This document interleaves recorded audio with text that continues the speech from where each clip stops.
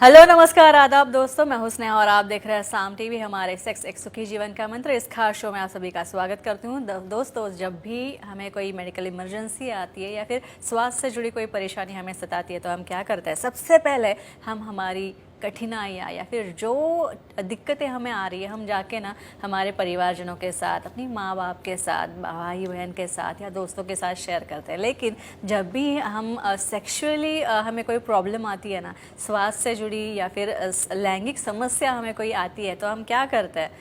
हम ये सब चीज़ें जाके नहीं बता सकते कि मैं मेरे पार्टनर के साथ ठीक से बेड पे परफॉर्म नहीं कर पा रहा हूँ, या फिर हम दोनों में जो शारीरिक संबंध है वो या फिर सेक्सुअल एक्टिविटी है जो ठीक से नहीं हो पा रही है। हम सब ये जाके बताते हैं क्या? नहीं ना, क्योंकि हम घबरा जाते हैं, कहीं कहीं हमें हिचकिचाहट आती है, कहीं कहीं हम शर्मा जाते हैं कि हम इसकी वजह से या फिर हमारी सेक्सुअल प्रॉब्लम की वजह से हम कहीं जाके हमारे दोस्तों में या फिर परिवार के सामने हम कहीं मजाक का कारण ना बन जाए, कहीं किसी के हंसी का कारण ना बन जाए। लेकिन दोस्तों, अभी शर्माने की ज़रूरत नहीं है, क्योंकि डॉक्टर विजय दहीफले जी, जो कि सेक्सोलॉजिस्ट, यूरोलॉजिस्ट और एंड्रोलॉजिस्ट है, आपके सेक्स से जुड़ी सारी समस्याओं का निदान करेंगे तथा सेक्स एजुकेशन से संबंधित जो कुछ सवाल आपके मन में हैं उसके बारे में बताएंगे। डॉक्टर साहब, आप सिर्फ हम इतनी उम्मीद करते हैं आपसे कि आपके दिल में जो सवाल है सेक्स से जुड़े या फिर लैंगिकता के ऊपर या फिर सेक्स एजुकेशन से जुड़े, सेक्सुअल हाइजीन, सेफ्टी के ऊपर जो कुछ सवाल है ना आपके मन में, खुल के पूछिए। हमारा मंच जो है ये साम टीवी का और एक सेक्स एक सुखी जीवन का मंत्र का, ये आपके लिए ही है कि आप बिना किसी दिक्कतों के सामने आए और अपनी प्रॉब्लम्स जो है रखें, क्योंकि इस सब पे सेक्सुअल प्रॉब्लम हो कभी भी आ सकती है और इस पे लेकिन सोल्यूशन है। लेकिन इस सबसे पहले हम डॉक्टर साहब के बारे में जानेंगे एक छोटे से वीडियो के माध्यम से। डॉक्टर विजय दहीफले ये एक जाने माने सेक्सोलॉजिस्ट, यूरोलॉजिस्ट और एंड्रोलॉजिस्ट है। डॉक्टर विजय दहीफले जी के क्लिनिक संभाजी नगर, हैदराबाद, दिल्ली में द्वारका, पुणे तथा नवी मुंबई में नेरुल, खारघर मेडिकोर हॉस्पिटल, थाने, दादर, अंधेरी, कल्याण, नासिक, नागपुर, अहमदाबाद और दुबई में भी है। डॉक्टर दहीफले जी का भारत तथा अन्य देशों में कॉन्फ्रेंसेस और सेमिनार्स के लिए हमेशा आना जाना रहता है, जिनके माध्यम से डॉक्टर विजय दहीफले सेक्स संबंधी सभी समस्याओं पर सलाह एवं मार्गदर्शन करते हैं। और हर बार की तरह आज भी साम टीवी के स्टूडियो में सेक्सोलॉजिस्ट, यूरोलॉजिस्ट, एंड्रोलॉजिस्ट डॉक्टर विजय दहीफले मौजूद हैं, जो आपकी सारी सेक्स के संबंधित समस्याओं का समाधान करेंगे। डॉक्टर साहब, वेलकम। नमस्ते। क्योंकि इसके बारे में काफ़ी सारी इंट्रीज हमारे पास आती है, काफ़ी सारी क्वेरीज आती है, काफ़ी सारे सवाल आते हैं और दर्शकों की डिमांड की वजह से ही हमने इस विषय का चयन किया था। चलिए आगे बढ़ते हैं। नॉर्मल वजाइना का आकार क्या है?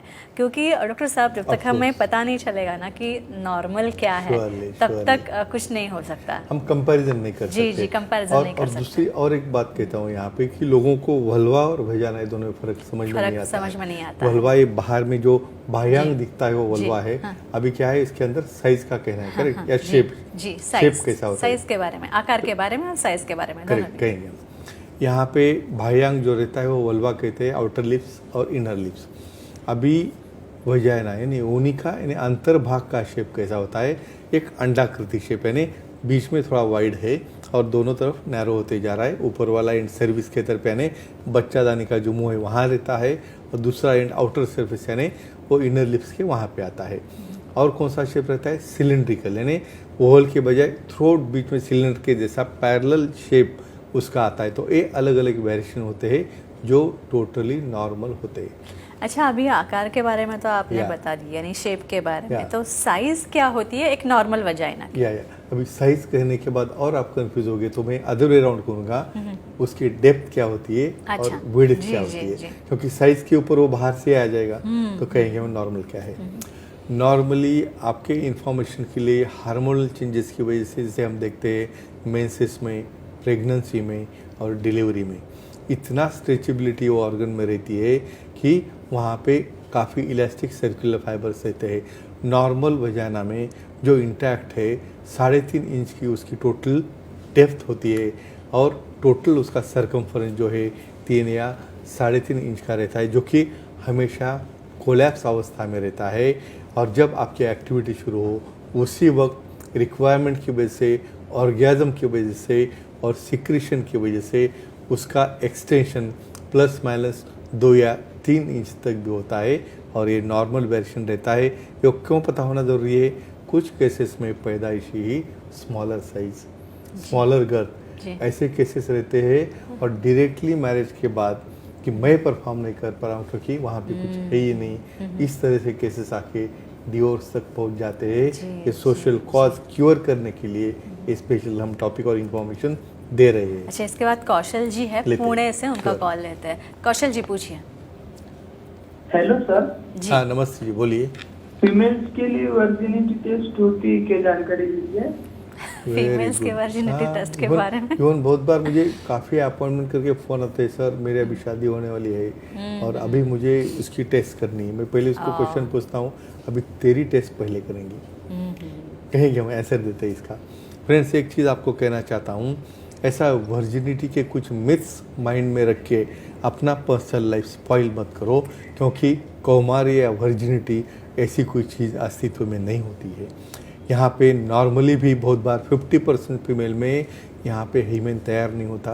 क्या कहोगे कि केस में बहुत बार एक्सरसाइज है, योगा है, कुछ उनका रनिंग है या कुछ फिजिकल एक्टिविटी से उसमें टीयर भी होता है, तो आप कह सकते हो वहाँ पे वर्जिनिटी की नहीं। और एज अ मेल आपको पूछेंगे, आप मास्टरबेट करते हो हाथ से, वहाँ पे उसको फ्रिक्शन करते हो, तो आपकी वर्जिनिटी कैसी देखी जाए? तो फ्रेंड्स, इससे बाहर आ जाओ और जो भी आपके सामने पार्टनर है, जो स्थिति है, उसे एक्सेप्ट करो, अपना मनोमिलन करो और अपना यहाँ से आगे जाने वाला लाइफ है वो एंजॉय करो। मुझे लगता है ये काफ़ी इंपॉर्टेंट मैसेज है। अच्छा डॉक्टर साहब, काफ़ी बार मैंने ये सुना है कि कोई अगर मेल पार्टनर अपनी फीमेल की वर्जिनिटी टेस्ट करे भी तो वो ये जानता है कि हेमिन रप्चर हो गया, लेकिन ये हेमिन जो पार्ट होता है वो क्या होता है? होता क्या है, करेक्ट, यानी एनाटॉमिकली ये सबको पता रहना ज़रूरी है, करेक्ट कहेंगे हम। जहाँ पे तुम एनाटॉमी देखोगे, यानी गर्भाशय हो गया, उसका मुख यानी सर्विस हो गया, वहाँ से वजाना शुरू होती है और जहाँ से उसका बाहर ओपन वाले पार्ट है, वहाँ पे एक मेम्ब्रेन रहता है जो थिक होता है। पैदाइशी जब रहता है तो बहुत थिक रहता है, धीरे धीरे धीरे वो पतला हो जाता है और एकदम थिन रह के उसके अंदर स्मॉल होल रहता है, क्योंकि जब मेंसेस आते हैं तो उस वक्त वहाँ से नॉर्मली उसका ब्लीडिंग होना चाहिए। तो कितना कन्फ्यूजन है देखिए, यहाँ पे इंटैक्ट ह्यूमन रहना पॉसिबल है क्या? वो तो नेचुरली पॉसिबल नहीं ना, वैसा रहेगा तो ब्लीडिंग कहाँ से होगा? लेकिन यहाँ पे मिथ्स डाउट्स लेके यहाँ पे उसका रप्चर हो गया, पहले नाइट में उसका ब्लड आ गया, ऐसे कन्फ्यूज करते रहते। तो डेफिनेटली थिन जो मेम्ब्रेन है वजाना के टॉप के ऊपर, उसे हेमेन करते हैं। और जो नॉर्मली यहाँ पे इंटैक्ट है नहीं है, इसके ऊपर तुम डाउट्स लेके अपना पर्सनल लाइफ स्पॉइल करना कतई रॉन्ग है, इसलिए एनाटॉमी फिजियोलॉजी कहना जरूरी है। अच्छा जी डॉक्टर साहब, आप ये भी बता दीजिए कि वर्जिनिटी का और हेमिन इंटैक्ट होने का संबंध क्या है? हाँ, अभी ये सोशल कॉज में क्यों आता है, क्योंकि इवन कोई भी लीगैलिटी से ऐसी कोई टेस्ट बनी नहीं है। एक 2-3 एग्जांपल आपको देता हूँ। यहाँ पे कुछ ट्रेडिशनली हम देखते हैं, अभी भी कुछ कंट्रीज़ में एशियंस है या कुछ कंट्रीज़ में या अफ्रीकन कंट्रीज़ में देखा जाता है, चलो आप पहले नाइट के लिए गए और जाने के बाद बाहर ऐसा रुमाल लेके आने का कि वहाँ उसको रेड लग गया, वहाँ पे ब्लीडिंग हो गया, ये टोटली ह्यूमिलेटिंग है, करेक्ट? तो किसी भी तरह से ह्यूमन इंटैक्ट है या नहीं है, इसका कंसर्न वर्जिनिटी से या कौमार्य से कतई नहीं आता है। जी डॉक्टर साहब, एक फीमेल दर्शक जुड़ी है हमारे साथ जुड़ी है कृति जी घाटकोपर से। कृति जी, स्वागत है आपका, पूछिए सवाल। प्रणाम सर। जी राम जी, बोलिए। मेल के लिए कोई वर्जिनिटी टेस्ट होती है क्या? जी, ये सवाल फीमेल के पास से आ रहा है, जाहिर है। देखो, हर चीज में, हर डिस्कशन में, हर मेल का यही क्वेश्चन रहता है कि वर्जिन है क्या? तो भाई फीमेल का क्यों ना हो? मैंने मेल का क्यों ना हो, कहेंगे हम। फ्रेंड्स, आपको यही और मैं एक बार क्लैरिफाई कर रहा हूँ कि आप पहले एक कौमार या वर्जिनी के पीछे जाना नहीं है। नेचर ने हर एक को अलग अलग तरह से बनाया है। अपने पार्टनर की जीत में जो अंडरस्टैंडिंग रहती है, जो विश्वास रहता है, वो इम्पॉर्टेंट रहता है।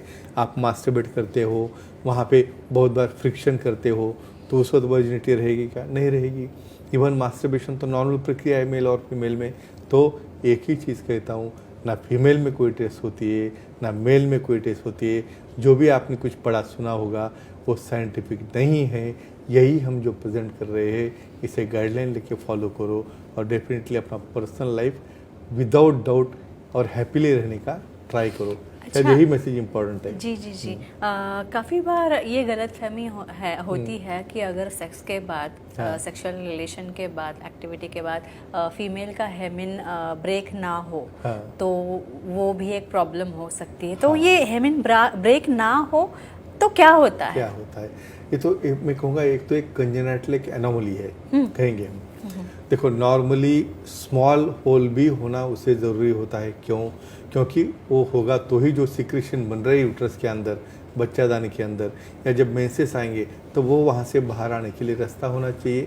समझो कुछ कारणवश वो पर्दा ओपन ही नहीं हुआ तो फिर क्या होगा? वहाँ पे कंसील्ड अंदर के अंदर ही ब्लीडिंग चल रहा है, हेमाटोकॉल्पस, हाइड्रोकॉल्पस, यानी अंदर काफ़ी रिवर्स स्वेलिंग होके पेट में दर्द होना शुरू होता है और वहाँ पे बड़ा ब्लड क्लॉटिंग होता है। ऐसे केसेस में बहुत बार सर्जरी करके हमें वो हीमन ओपन करना पड़ता है और जो कंटेंट है उसे निकालना पड़ता है। ये रहता है उसका कॉम्प्लिकेशन। जी, इसी के बारे में अभी मैं पूछना चाहती हूँ। अभी आपने सर्जरी का जिक्र किया जिसे हेमिनोप्लास्टी कहते हैं, क्या मैं सही हूँ? हाँ, तो ये हेमिनोप्लास्टी सर्जरी है। अभी यहाँ पे दो इंडिकेशन अलग हो गए। ये ओपन ही नहीं हुआ था इसलिए हमने ओपन किया, वो पर्पज अलग। और अभी समझो कुछ फीमेल्स में लगता है, डर लगता है कि भाई मेरा लैक्सिटी है, वहाँ पे मुझे इंटैक्ट चाहिए। तो उसे क्या करना चाहिए कहेंगे हम जी। इस समूह थोड़ा सा हम क्या कहेंगे, एक फैशन बन चुका है कि मुझे हेमिनोप्लास्टी करना है, मतलब मुझे टाइटनिंग करके लेना है क्योंकि मेरे सामने वाले पार्टनर को कुछ डाउट ना आ जाए। मैं सबसे इम्पोर्टेंट कहता हूँ ये पॉइंट के ऊपर जाना ही नहीं है आपको।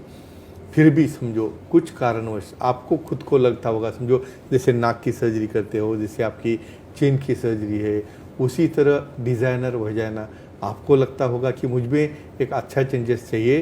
तो वहाँ पे जो हीमेन जो है उसे प्लास्टिक सर्जरी करके बहुत अच्छी तरह से रिपेयर किया जाता है और उसके रिजल्ट भी काफ़ी अच्छे रहते हैं। तो फ्रेंड्स, ये सीरीज जो हमने आपके लिए प्रेजेंट की है, ये अपने मिथ्स, डाउट्स, कौमार्य, वर्जिनिटी ये निकालने के लिए और अपना खुद का पर्सनल लाइफ हैप्पीली कैसा रहोगे वो इन्फॉर्मेशन देने के लिए, बाकी आप कह सकते हैं जी। और काफ़ी अच्छी और काफ़ी वैज्ञानिक तरीके से शास्त्रोक्त इन्फॉर्मेशन जो है, जानकारी जो है, हमेशा डॉक्टर विजय दहीफले हमारे इस मंच के माध्यम से आपको देते हैं। तो ये थे हमारे खास मेहमान डॉक्टर विजय दहीफले, जिन्होंने सेक्स समस्या और उसके संबंधी विषयों पर बहुत ही अच्छी तरह से जानकारी दी। लेकिन अगर आपको भी डॉक्टर साहब से मिलना है तो आप ज़रूर मिल सकते हैं और उसी के लिए सर के स्क्रीन पे हमने जो सारे सर के सेंटर्स के नाम और नंबर्स दे रखे हैं वो नंबर नोट डाउन कर लीजिए तथा उनके सारे सेंटर्स के नाम दिए हैं, उनके कॉन्टैक्ट नंबर है, उनकी वेबसाइट है, उनकी ईमेल आईडी भी है। सर के सेंटर्स कहाँ कहाँ हैं मैं आपको फिर एक बार बता दूं। अंधेरी, दादर, नवी मुंबई में नेरुल, थाने,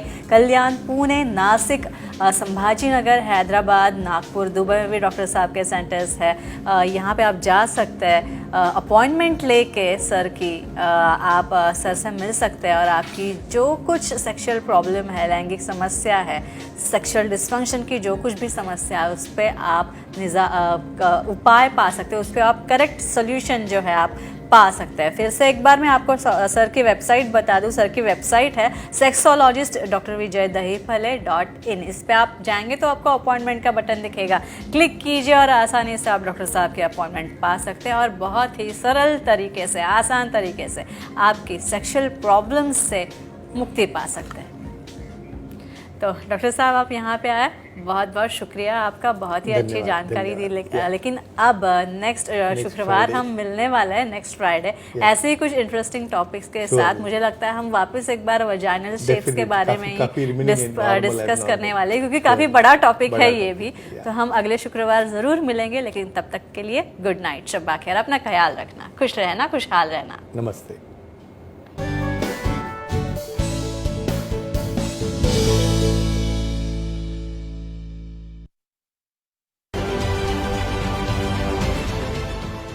देश विदेशातील प्रत्येक घडामोडींचे लाईव्ह अपडेट मिळवण्यासाठी आता साम टीव्हीच्या सर्व सोशल मीडिया प्लॅटफॉर्मला लाईक, फॉलो आणि सबस्क्राईब करा। तसंच सर्व नोटिफिकेशनसाठी बेल आयकॉन प्रेस करायला विसरू नका.